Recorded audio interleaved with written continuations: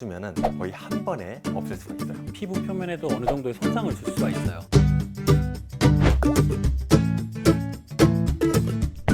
안녕하세요. 오늘의 피부 조정 시간입니다. 여러분 피부 안녕하세요. 지난번에는 검은 색소 위주로 설명을 좀 드렸었는데요. 이번에는 붉은증, 홍조, 혈관 확장, 염증 이런 붉은 계열에 대해서 조금 설명을 드릴까 합니다. 얼굴이 붉어지는 원인 크게 염증과 혈관성 문제로 나눌 수가 있는데요. 염증은 여드름 자국이라든지 주사 이런 것들이 있을 수가 있고요. 그리고 이제 홍조를 나타내는 거는 혈관 확장, 실핏줄 이런 것들이 원인이 될 수가 있겠습니다. 실핏줄은 보통 빨갛게 핏줄이 보이고 동그랗게 혈관이 뭉쳐 있는 거죠. 이런 것들은 좋은 레이저를 써주면은 거의 한 번에 없앨 수가 있어요. 혈관을 태우는 건가요? 레이저 써서 헤모글로빈, 우리 혈색소를 태워버리는 거죠. 높은 에너지로 레이저를 쏠 경우에 거기 있는 혈액이 다 타버리면서 아예 혈관까지 같이 막아버립니다. 그래서 치유가 되면서 혈관종이 없어지는 거죠. 실핏줄도 마찬가지고요.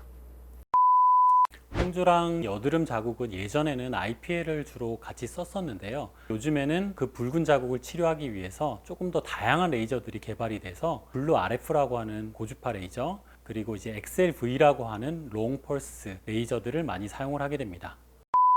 또 어떻게 시술을 받는지 궁금하신 분들이 계실 텐데요. 약간 따끔따끔한 느낌이 들기는 하지만 못 참을 정도의 통증은 아니고 예전에 받으셨던 IPL의 느낌과 비슷하다고 보시면 돼요.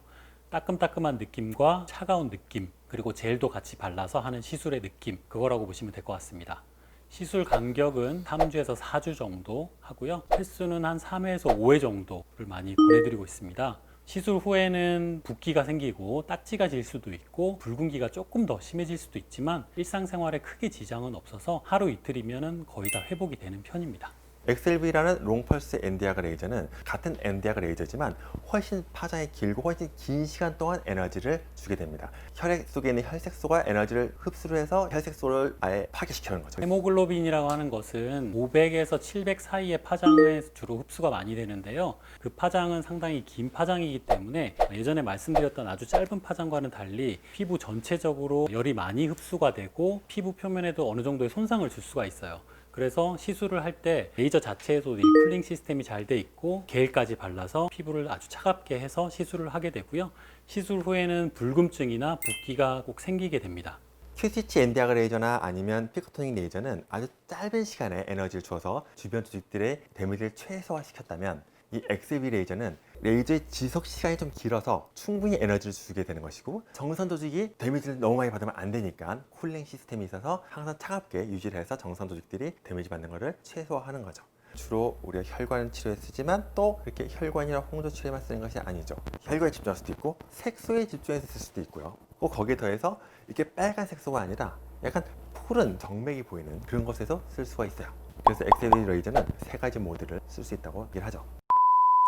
기미가 멜라닌 색소에 의한 기미만 있는 것이 아니라 혈관성 기미라는 것도 있기 때문에 XLV를 사용을 하게 되면 혈관 쪽과 색소를 같이 잡아줘서 조금 더 효과를 좋게 나타낼 수도 있습니다.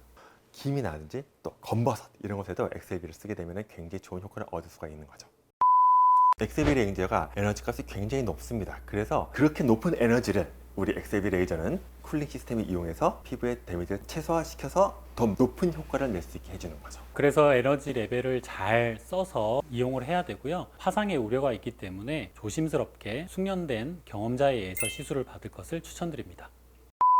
XLV도 다른 레이저와 마찬가지로 시술 후에 관리가 필요한데요. 자외선 차단은 기본이고 보습과 재생 쪽으로 많이 해주시면 도움이 될 것 같습니다. 높은 에너지를 쓰기 때문에 피부를 좀 차갑게 해서 관리해주는 그런 관리를 같이 해주면 조금 더 좋은 효과를 볼 수가 있죠. 집에서 팩 같은 거 해도 좋겠네요. 그렇죠. 팩은 1일 1팩은 항상 좋습니다. 지금까지 붉은 색소에 대해서 이야기를 나눠보았는데요. 많이 도움이 되셨나요? 다음번에는 다른 내용을 가지고 여러분들을 찾아뵙도록 하겠습니다. 구독과 좋아요 부탁드리고요. 감사합니다. 감사합니다.